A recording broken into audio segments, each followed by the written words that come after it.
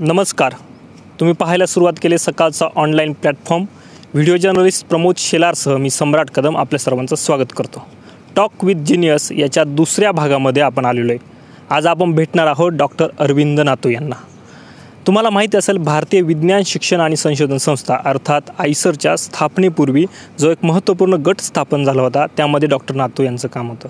त्यानंतर आयसरच्या उभारणीपासून तर आजवरच्या प्रवासाचे ते साक्षीदार आहे. त्यांचा हा प्रवास नक्की कसा होता, सध्या नवीन आलेलं नवीन शैक्षणिक धोरण आणि त्यांचा वैयक्तिक प्रवास, बेळगावातून सुरू झालेला प्रवास आयसरच्या पुण्याच्या आयसरपर्यंत ते जर्मनीच्या संशोधन संस्थांपर्यंत कसा पोहोचला, आपण जाणून घेणार आहोत ह्या व्हिडिओमधून. नमस्कार सर, तुमचं स्वागत. सर, आम्ही तुमच्या वैयक्तिक आयुष्याबद्दल जाणूनच घेऊन, पण पहिला प्रश्न सगळ्यांच्या मनात आहे, सगळ्यांना जाणून घ्यायचा आहे, तो म्हणजे नवीन शैक्षणिक धोरण. आणि त्या नवीन शैक्षणिक धोरणामध्ये एक महत्त्वाचा मुद्दा आहे, तो इंटरडिसिप्लिनरी कोर्सेस किंवा त्यावर उभी राहणारी आयसर ही संस्था. ह्या आयसर या संस्थेचा नक्की प्रवास कसा होता, ही कल्पना कशी होती, याची पायाभरणीमध्ये तुमचं महत्त्वपूर्ण योगदान आहे. आम्हाला त्याबद्दल थोडं पहिल्यांदा सांगा. हां, आपल्याला आपल्या भारतात बेसिक सायन्सेस किंवा मूलभूत ज्या विज्ञान आहे त्याचा अभ्यासाकडे फार मोठ्या प्रमाणावर दुर्लक्ष झालेलं आहे. प्रात्यक्षिकं योग्य ती होत नाहीत. त्याच्या सिलॅबसमध्ये वेळोवेळी जो बदल व्हायला पाहिजे किंवा कालानुरूप जो बदल व्हायला पाहिजे तो होत नाही. हे सगळं झाल्यामुळे आपले विद्यार्थी हे इंडस्ट्रीत जाण्याइतके सक्षमही असत नाहीत किंवा ॲकॅडमिक इन्स्टिट्यूटमध्ये जाण्याइतके तयारही होत नाहीत, हुशार आहेत. त्याकरता हे करण्यासाठी दोन गोष्टींचा उल्लेख करावा लागेल. एक म्हणजे ग्रॅज्युएट होतानाच आपल्याला संशोधन किंवा रिसर्च करण्याची जास्ती आवश्यकता आहे. आता हा जो रिसर्च जो करायचा तो BSc किंवा MSc असताना जर सुरू केला तर त्याची बीजं आपल्याला फार मोठ्या प्रमाणावरती नंतर, हा एक भाग झाला. तेव्हा आम्ही NCLमध्ये असताना अशा प्रकारची कल्पना पुढे आली होती की आयसरसारखी संस्था इथे काढावी आणि प्रोफेसर CNR राव किंवा यांच्यासारख्या लोकांनी ती, तरी बरेच दिवसापासून ती चालत तरी त्यांनी ती उचलून धरली आणि 2006 साली ही नवीन एक इन्स्टिट्यूट व्हावी असा विचार आला. पुणे आणि कलकत्ता अशा दोन ठिकाणी 2006 साली याची पायाभरणी झाली. ह्यात वेगळं काय आहे, वेगळं काय केल्यानं हे शिक्षण होऊ शकेल, आपला जो ग्रॅज्युएट आहे तो सक्षम कसा असू शकेल रिसर्चला किंवा इंडस्ट्रीत जायला, तर त्याच्याकरता दोन गोष्टी आम्ही पहिल्यापासून पथ्य म्हणून पाळली. जसं आता मॉडर्न भाषेत सांगायचं तर युनिक सेलिंग पॉईंट USP, तर दोन होते आमचे. एक म्हणजे विद्यार्थ्यांना MSc होऊन ज्यावेळी बाहेर पडतील त्यावेळी त्यांच्या गाठीला 1.5 वर्ष रिसर्च असला पाहिजे किंवा त्या ह्याच्यातनं त्यांना ट्रेनिंग दिलं गेलं पाहिजे, हा एक भाग होता. दुसरी गोष्ट म्हणजे आपल्याकडे भारतात फिजिक्स, केमिस्ट्री, बायोलॉजी आणि मॅथमॅटिक्स अशी 4 कंपार्टमेंटमध्ये सर्व व्यवस्था झालेली. तसं न करता आणि सर्व जग जर आपण पाहिलं तर आज इंटरडिसिप्लिनरी म्हणजे आंतरशाखीय संशोधन आणि शिक्षणाकडे गेलेलं आहे. केमिस्ट्रीतलं नोबेल प्राईज मेडिसिनला मिळतं, मेडिसिनमधलं केमिस्ट्रीला मिळतं. यातच सगळ्या जगाची हे आहे. भारतात नेमकी उलटी परिस्थिती आहे. आपण 11वीला बायोलॉजी विरुद्ध मॅथमॅटिक्स असं एक युद्ध खेळत असतो आणि त्यात विद्यार्थ्यांना स्वतः काय आवडतं याचा विसर पडतो. तेव्हा आम्ही ठरवलं की विद्यार्थ्यांना स्वतः काय आवडतं याकडे लक्ष देऊन त्यांना इंटरडिसिप्लिनरीचं महत्त्व पटवून त्यांनी ते घेतलं पाहिजे. त्या दृष्टीने पहिले 2 वर्ष आम्ही असं ठरवलं की व्यवस्थित त्यांना हे सगळे विषय ठेवून त्यांना कळलं पाहिजे की त्यांना काय आवडतं. विद्यार्थी केंद्रित शिक्षण योजना, याला स्टुडंट सेंट्रिक एज्युकेशन असं म्हणता येईल, ते आम्ही फॉलो करायचं ठरवलं की विद्यार्थ्यांना कळलं पाहिजे बाबा मला काय आवडतं. आणि हे कळण्यासाठी पहिली 2-3 सेमेस्टर त्यांनी सर्व विषयाचा अभ्यास करावा असं ठरलं आणि त्यातून त्यांनी 3ऱ्या वर्षापासून आपल्याला पाहिजे तो कोर्स घ्यावा, कुठलाही कोर्स घ्यावा आणि हे घेताना याच्यावरती physics, chemistry, mathematics, biology, social sciences, English असा कुठलाही भेदभाव नाही. त्याला जो पाहिजे तो त्याने घ्यावा. ह्याचं कारण विद्यार्थ्याला जर एखाद्या याच्यात आवड असेल आणि तोच जर त्याला शिकायला दिलं तर त्याचा परिणाम नेहमीच चांगला होतो. त्याच्यानंतर आंतरशाखीय म्हणजे इंटरडिसिप्लिनरी, आत्ता आपण जरी मॅथमॅटिक्स विरुद्ध बायोलॉजी हे युद्ध बघत असलो तरी आमच्याकडे कोर्सेस जे शिकवले जातात त्यांची नावं आहेत biological mathematics, mathematical physiology, molecular biophysics, computational biology आणि सो ऑन सो फोर्थ. आत्ता data analysis, artificial intelligence, machine learning ह्या भाषा आत्ता सुरू आहेत. आयसरमध्ये या कित्येक वर्षापासून सुरू आहेत आणि त्यामुळेच वेगळ्या प्रकारच्या आंतरशाखीय संस्थांना हे केले. बाकी सगळ्या ठिकाणी नॅनो सायन्सवरती एक केमिस्ट्री किंवा फिजिक्स असतं, तर आमच्याकडे नॅनो सायन्समध्ये 4ही ब्रांचचे लोक एकत्र येऊन काम करतात. कॅटॅलिसिस घ्या, नॅनो सायन्स घ्या, ड्रग डिझाईन घ्या, हे सगळ्या याचे लोक येऊन इथे शिकतात. आणि हा ॲटिट्यूड एकदा जर तयार झाला तर मग पुढे जगात ते ज्यावेळी जातील त्यावेळी ते काहीही फेस करू शकतात. आत्ता या जगात केमिस्ट्री आणि बायोलॉजीमधली जी भिंत आहे ती हळूहळू इतकी विरत चाललेली आहे किंवा थिन लाईन झालेली आहे की केमिकल बायोलॉजी म्हणा किंवा बायोलॉजिकल केमिस्ट्री म्हणा, या शाखेने आता सर्वव्यापी ही शाखा झाली. तर अशा रीतीने इंटरडिसिप्लिनरी ट्रेनिंग आणि रिसर्च आणि मुख्य म्हणजे रिसर्च कंपोनंट आपण का ठेवला पाहिजे त्याचं एक छोटंसं उदाहरण देतो. सध्याची जी आपली अर्थव्यवस्था आहे ही सर्व्हिस ओरिएंटेड आहे, म्हणजे आपण सेवावृत्ती दिलेली आहे. पण ती जर उद्या गेली तर आपल्याला ती सर्व्हिस बेस्ड GDP पासून नॉलेज बेस्ड अर्थव्यवस्था आपल्याला निर्माण करायची, ज्ञानावर संपादित. आणि ती जर आपल्याला करायची असेल तर आपल्याला बौद्धिक संपदा निर्माण करणं गरज आहे. आणि बौद्धिक संपदा निर्माण करण्यासाठी रिसर्च हा एकमेव पाया आहे. याकरताच लहानपणापासून रिसर्चची सवय व्हावी याकरता आणि इंटरडिसिप्लिनरी या 2 गोष्टीकरता आयसरची स्थापना झाली. आणि I am happy to tell, मला फार आनंद होतो की आता आयसरची स्थापना होऊन जवळजवळ 15 वर्ष झालेली आहेत. आणि या 15 वर्षात आम्ही खऱ्या अर्थाने एक विशिष्ट टप्पा जो गाठायला पाहिजे तो भटनागर अवॉर्ड्स असतील. आज मला सांगायला आनंद होतो आयसरमध्ये आज 6 भटनागर अवॉर्ड काम करतात, 7 भटनागर अवॉर्डही काम करतात. हा एक मानबिंदू आहे. त्या नवीन शैक्षणिक धोरणामध्ये ज्या गोष्टी अभिप्रेत आहेत त्या मला आनंद होतो की त्या आम्ही अजून प्रॅक्टिस करतोच आहे. त्या फक्त त्याला त्या कोंदणात किंवा चौकोनात बसून कसं हे करावं याबद्दल विचारविनिमय चालू आहे. याच्या धोरणातल्या 2 गोष्टी मला खूप आवडल्या. एक गोष्ट म्हणजे की तुम्हाला युनिव्हर्सिटीचं क्लिअर कट वर्गीकरण. आत्तापर्यंत मी विचार केला भारतात 9 ते 8 ते 9 प्रकारच्या विद्यापीठ आहेत आणि त्यांचा एकमेकाशी समन्वय किंवा मेळच नाही आहे. तेव्हा तो होण्यासाठी 3 क्लिअर कट दर्जाची विद्यापीठं स्थापन झाली. हा सगळ्यात होतील हा माझ्या दृष्टीने सगळ्यात मोठा महत्त्वाचा भाग आहे, कारण ऑर्गनायझेशनच्या दृष्टीने ते फार महत्त्वाचं आहे. दुसरी गोष्ट म्हणजे प्रत्येक यातल्या घटकाला, निवडक घटकांना स्वायत्तता मिळण्याची जी भाषा बोलली जाते आणि ती नुसती कागदोपत्री न राहता ती प्रत्यक्षात यायला पाहिजे. उदाहरणार्थ प्रत्येक याला सिलॅबस, धोरण, शिक्षक अपॉइंटमेंट या सगळ्या गोष्टी त्या इन्स्टिट्यूटनी करायच्या आहेत. कोर्सेस डिझाईन करायचे आहेत, कोणते कोर्सेस घ्यावेत, कधी घ्यावेत, त्याचं टाईम टेबल काय असावं हे सगळं त्यांनी ठरवायचं आहे. आणि ते ठरवताना त्यांनी क्लिअर कट लिहून दिले. एखादा मनुष्य जर 1 वर्ष काम करू शकला तर त्याला तर आत्ताच्या ह्याच्यात ते वाया जातं. त्याला 1 वर्षाचं सर्टिफिकेट मिळेल, 2 वर्षाचं केल्यावर ते डिप्लोमा मिळेल, 3 वर्षाचं केल्यावर डिग्री मिळेल. आणि हे भारतात कुठंही ही डिग्री ग्राह्य धरली जाईल, कारण रिकग्निशन हा जो प्रकार आहे, विद्यापीठाचं रिकग्निशन पाहिजे किंवा काय त्याला अलाइनमेंट काय, ही आता 2035 सालापर्यंत रद्दच होणार आहे. त्यामुळे प्रत्येक केंद्र हे ज्ञानाचं केंद्र बनेल. याच्यामध्ये आपल्याकडे सध्या ज्या 40,000 कॉलेजेस आणि 800-900 युनिव्हर्सिटीज आहेत त्याच्यात फार सुटसुटीतपणा येईल. 31,000चा एक युनिट धरलेलं आहे. त्या तेवढे विद्यार्थी असले पाहिजेत, नाही तर त्याच्याशिवाय ग्रो होणार नाही. विद्यार्थ्यांचं एकंदर जर व्यवस्था किंवा व्यवस्थापन करायचं असेल तर त्याला एक मिनिमम काय त्याला म्हणायचं संख्या पाहिजे. ती संख्या हे करून हे होईल. या 2 गोष्टी माझ्या दृष्टीने अगदी महत्त्वाच्या आहेत. तिसरी गोष्ट सगळ्या आणखीन एक महत्त्वाची म्हणजे NRFची स्थापना, नॅशनल रिसर्च फाउंडेशन.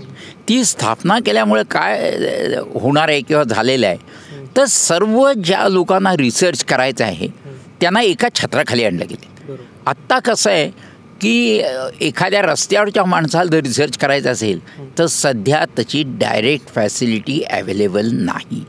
तीसुद्धा वेगळ्या चॅनल्समधून किंवा नॅशनल रिसर्च फाउंडेशनच्या म्हणा किंवा या चॅनलमधून सामान्य माणूस ते या क्षेत्रातला दादा किंवा अकॅडमिक्समधला दादा यांना फंडिंग एकाच एजन्सीकडनं मिळणं फार महत्त्वाचं.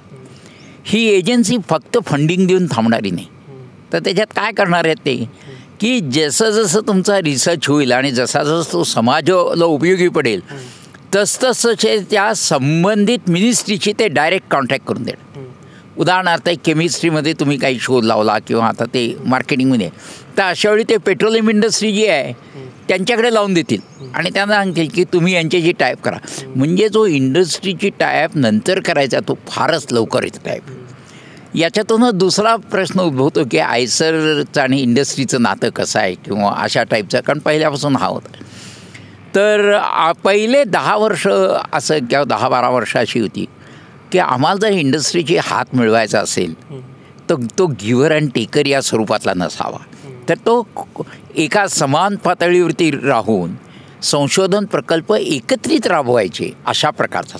म्हणजे इंडस्ट्रीनी प्रोजेक्ट दिला आणि तो आम्ही केला असं न होता त्याच्याकरता आमची क्रेडिबिलिटी किंवा आमचं काय मराठीत क्रेडिबिलिटी एस्टॅब्लिश होण्यासाठी आम्ही हे 10 वर्ष केवळ बेसिक सायन्सेस करतो आणि त्याची फळं आता खरोखरच चांगल्या प्रकारे आम्हाला मिळत आहेत. कारण आता उद्योगधंदे आमच्याकडे येत आहेत किंवा इंडस्ट्रीज आमच्याकडे येत आहेत. थोडक्यात सांगायचं तर एका इंडस्ट्रीने असं सांगितलेलं आहे you give 20% of your time will give 80% of your money. तर अशा प्रकारे आता अशा प्रकारचे इन्स्टिट्यूट येत आहे तिथे. हे सगळं माझ्या दृष्टीने फार महत्त्वाचं आहे. त्यामुळे आम्ही इंडस्ट्रीला चालना देण्यासाठी पहिले 10 वर्ष काही केलं नसलं तर पुढचे 5 वर्ष किंवा सध्या याला फार जोर हा एक आहे. आणि त्याच्याशिवाय आमच्याकडे आता स्टार्टअप्स इन्क्युबेशन सेंटर आहे आमचं अटल इन्क्युबेशन सेंटर, जिथे विद्यार्थ्यांना आपलं शिक्षण झाल्यानंतर लगेच इंडस्ट्री सुरू करायची असेल तर ते शेवटच्या वर्षी स्वतःचं काम सुरू करतो. ते रिसर्च प्रोजेक्ट जो एक करावा लागतो त्याच्याऐवजी ते करू शकते. तर अशा प्रकारे तुम्ही नुसते नोकऱ्या घेणारे ठरण्यापेक्षा नोकऱ्या देणारे ठरणं हे माझ्या दृष्टीने फार आवश्यक आहे. आणि त्या दृष्टीने इंडस्ट्रीचा सहभाग हा फार मोठा. तुम्ही जर्मनीमध्ये संशोधनाला होता, बेळगावातून सुरू झालेला हा प्रवास आम्हाला थोडासा उलगडून दाखवा. पुण्यात कसे आलात आणि पुढे संशोधना दृष्टीने कसे? अच्छा, बेळगावातून मी ज्यावेळी SSC पासून डायरेक्ट पुण्यालाही यायचं होतं कारण आमच्या आईवडिलांची इच्छा होती की मी पुणे हे विद्येचं माहेरघर आहे तेव्हा तिथे शिकायला यावं म्हणून. पण त्यावेळी ते 10वी-11वीच्या घोळामुळे मला 1 वर्ष महाराष्ट्रात बांदा या गावी SSC पासून चांगले 82% मार्क मिळवून मी त्यावेळी SSC पासून पुण्यात आलो. काही घरच्या परिस्थितीमुळे म्हणा किंवा ह्याच्यामुळे मी अनाथ विद्यार्थीगृहासारख्या संस्थेत प्रवेश घेतला आणि SV कॉलेजमधून 4 वर्षात BSc झालो. हे BSc ज्यावेळी SV कॉलेज मी अगदी आनंदाने सांगू इच्छितो की त्याकरता लागणारे जे कष्ट होते, जरी आईवडिलांचे मला पूर्ण पाठिंबा होता तरी आर्थिक ह्याच्यासाठी मी माझ्या पायावरती जितकं उभं राहता येईल तेवढं हे करून आज मी आनंदाने सांगू शकतो की मी माझ्या पायावरती उभं राहिलो. त्याच्यातूनही पुढे गेल्यानंतर BSc झाल्यानंतर MScला गेलो पुणे विद्यापीठामध्ये. आणि पुणे विद्यापीठामध्ये ज्यावेळी विद्यापीठामध्ये 4 किंवा 5 फक्त फर्स्ट क्लासचे विद्यार्थी येत असत, त्यातला एक गणून मी तयार झालो. आणि त्याच वेळी मला असं वाटलं, मी बऱ्याच लोकांशी बोललो किंवा हे केलं की याच्यापुढे आपल्याला रिसर्चकडे जाण्यात जास्त इंटरेस्ट आहे. कारण MSc होऊन थांबण्यात काही हे नव्हतं. त्याला आणखीन एक पुश असा मिळाला की त्यावेळी माझं लग्न झालं होतं, म्हणजे बालविवाहाचं म्हणतो की. आणि त्यावेळी माझ्या बायकोनी मात्र मला सांगितलं तुला कुठल्याही परिस्थितीत PhD व्हायला पाहिजे आणि त्याकरता आर्थिक जर काही हे असेल त्याच्याकरता मी कष्ट करेन. तेव्हा तिने लग्न झाल्यानंतर 6व्या दिवसापासून जी नोकरी सुरू केली त्याच्या जोरावरती मी PhD होऊ शकलो. PhD झालो. NCLमध्ये 3, 3.5, 4 वर्ष काम केलं. मला अतिशय आनंद वाटतो की मी natural products, steroids, organic synthesis या सर्व गोष्टीवरती काम केलं. त्याच्यातल्या त्यात ड्रग्स डिझाईन, मेडिसिनल केमिस्ट्री किंवा कॅटॅलिसिस, प्रोसेस डेव्हलपमेंट या अनेक अंगावरती काम केलं. मी NCLमधनं ज्या 4-5 गोष्टी शिकलो त्या महत्त्वाची म्हणजे एक तर ऑर्गॅनिक केमिस्ट्री शिकलो. दुसरी गोष्ट म्हणजे मी शिकलो की भारतातून इंडस्ट्रीला काय लागतं, की आपण ज्यावेळी पास होऊन जातो ते आपण शिक्षण आणि इंडस्ट्रीत गरज असलेली ह्याच्यात एक फार मोठी तफावत आहे. तर ती तफावत कशी कमी करता येईल याचा आम्ही पहिल्यापासून आढावा घेऊन त्यावेळी आम्ही बाहेरच्या इंडस्ट्रीच्या यांनी अनेक हे केले, सहकार्याने अनेक प्रकल्प केले. त्यातले काही प्रकल्प NCLमध्ये केले, काही बाहेर केले, काही सल्लागार किंवा कन्सल्टन्सी या स्वरूपात केले. त्यात आंतरराष्ट्रीय कंपन्या होत्या, राष्ट्रीय कंपन्या होत्या. त्याच्यानंतर प्रोसेस डेव्हलपमेंटच्या पेटंटिंग, IPR म्हणजे बौद्धिक संपदा या सगळ्या गोष्टीवरती मला एक याच्यात इंटरेस्ट वाटत गेले आणि तशा त्या मी गोष्टी करत गेलो. आणि त्यामुळे केमिस्ट्री ही नुसती लॅबपुरती न राहता त्याचा बाहेरच्या ह्याच्यावरती कसा फायदा होईल एवढं मी बघितलं. आणि त्या बघितल्या त्या एकंदरी याच्यावर अभ्यास केल्यामुळेच मी ज्यावेळी NCLचे मी खरोखरच आभार मानतो की या सगळ्या गोष्टीत प्रवीण होण्याची त्यांनी मला संधी दिली. इतकंच नाही, मी NCLतर्फे एक मॅनेजमेंटचा कोर्स केलेला आहे. तर अशा प्रकारे सर्वकष प्रगती NCLमध्ये माझी झाली. आणि तेव्हाच मला भारतातून ज्यावेळी 700पैकी 10 विद्यार्थ्यांच्यात माझा नंबर लागून मला जर्मनीत जाण्याची संधी लागली. आणि त्याच वेळी जर्मन भाषा आणि जर्मनी यांच्याबद्दल माझ्या एक मनात कुतूहल होतं. आमच्या वडिलांना, ज्यांना जर्मनी जगाच्या नकाशावर सुद्धा कुठं माहिती नाही, त्यांची एक अंतःप्रेरणा अशी होती की तू जर्मनीत जायला पाहिजेस. आणि सुदैवाने मी त्यांचं स्वप्न पूर्ण करू शकलो याचा मला अभिमान आहे. आणि हे जे मी ज्या सगळ्या गोष्टी मी करू शकलो त्यामुळे जर्मन भाषा मी चांगली शिकलो. त्याच्यानंतर जर्मनीतल्या संशोधनात माझा चांगला भाग राहिला. त्याच्यानंतर मी जगात त्याच्यानंतर अनेक देशातून संशोधन करण्यासाठी गेलो, जर्मनी गेलो, युरोपमध्ये गेलो, वेगळ्या देशासाठी वेगळ्या याच्यातनं भाषणं दिली. तरी त्याचा केंद्रबिंदू हा जर्मनीच राहिला. आणि नंतर इंडो जर्मन कोलॅबरेशन्स किंवा इंडो जर्मन ऑपरेशन्स जे आहेत या याच्यात माझं जरा जास्ती हे की या दोघांच्या याच्यात शैक्षणिक, औद्योगिक आणि संशोधन या तिन्ही ह्याच्यात कसा समन्वय होईल किंवा की याचे प्रकल्प कसे करता येईल या दोनांच्या या सहकार्यावरती मी कॉन्सन्ट्रेट खूप केलं. आणि त्याकरता मला डॅड म्हणजे जर्मन अकॅडमिक एक्सचेंज सर्व्हिस या संस्थेची अतिशय मदत झाली. आणि मला आनंदाने सांगू इच्छितो की मी 2009 सालापासून जर्मनीचा रिसर्च ॲम्बॅसेडर म्हणून गेले 11-12 वर्ष मी कार्यरत आहे. तो अशा दृष्टीने की 2 वर्षापूर्वी मला जर्मनीच्या प्रेसिडेंटकडून म्हणजे राष्ट्रपतीकडून क्रॉस ऑर्डर ऑफ मेरिट हा सन्मान मिळाला. हा सन्मान हा परदेशी नागरिकांच्यासाठी मिळालेला सर्वोत्तम नागरी सन्मान आहे. आणि तो मला जर्मन प्रेसिडेंटच्या दूतांनी इथे आणून पुण्यात आणून तो दिला. तुम्ही बऱ्याच दिवसापासून हे सगळं बघत आहात, संशोधन विद्यार्थ्यांमध्ये आहात. तुमचा आता नवीन येणाऱ्या पिढीसाठी नक्की काय संदेश आहे? माझे संदेश देण्यात का मी मोठा नाही, तरी पण मी 2 गोष्टी सांगू इच्छितो. प्रादेशिक भाषेतून शिक्षण घेतल्यानंतर विज्ञानात प्रगती करण्यात कोणताही अडथळा येत नाही. तेव्हा ग्रामीण भागातून येणाऱ्या विद्यार्थ्यांच्याकरता मला हे सांगणं आहे की तुम्ही कोणताही न्यूनगंड न बाळगता ही करिअर म्हणून करायला काहीच हरकत नाही.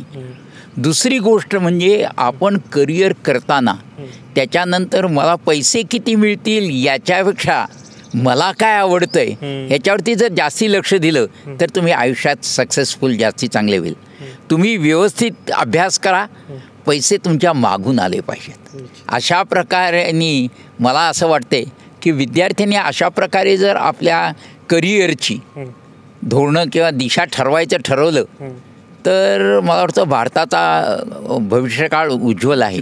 आणि 1930 सालानंतर सी व्ही रामन यांच्या नोबेल प्राईज नंतर आपल्या भारताला भारतभूमीवरती कधीही नोबेल प्राईज मिळालं नाही. तर अशाचा जर आपण फॉलोअप केला तर कधी एके दिवशी भारताला, भारतीय संशोधकाला भारतीय भूमीवरती केलेल्या संशोधनात आणि भारतीय प्रॉब्लेमवरती केलेल्या संशोधनात यश मिळेल आणि त्याच्यावर नोबेल प्राईज नक्की मिळेल.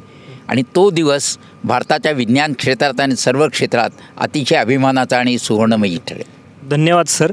डॉक्टर अरविंद नातू यांचा प्रवास आपल्या सगळ्यांनाच प्रेरणा देणार होता. तुम्हाला अजूनही काही प्रश्न असल्यास, काही सूचना असल्यास खालील कमेंट बॉक्समध्ये लिहा. हे लिहित असताना टॉक विथ जिनियस हा हॅशटॅग वापरायला विसरू नका. व्हिडिओ जर्नलिस्ट प्रमोद शेलारसह सम्राट कदम, सकाळ माध्यम समूह.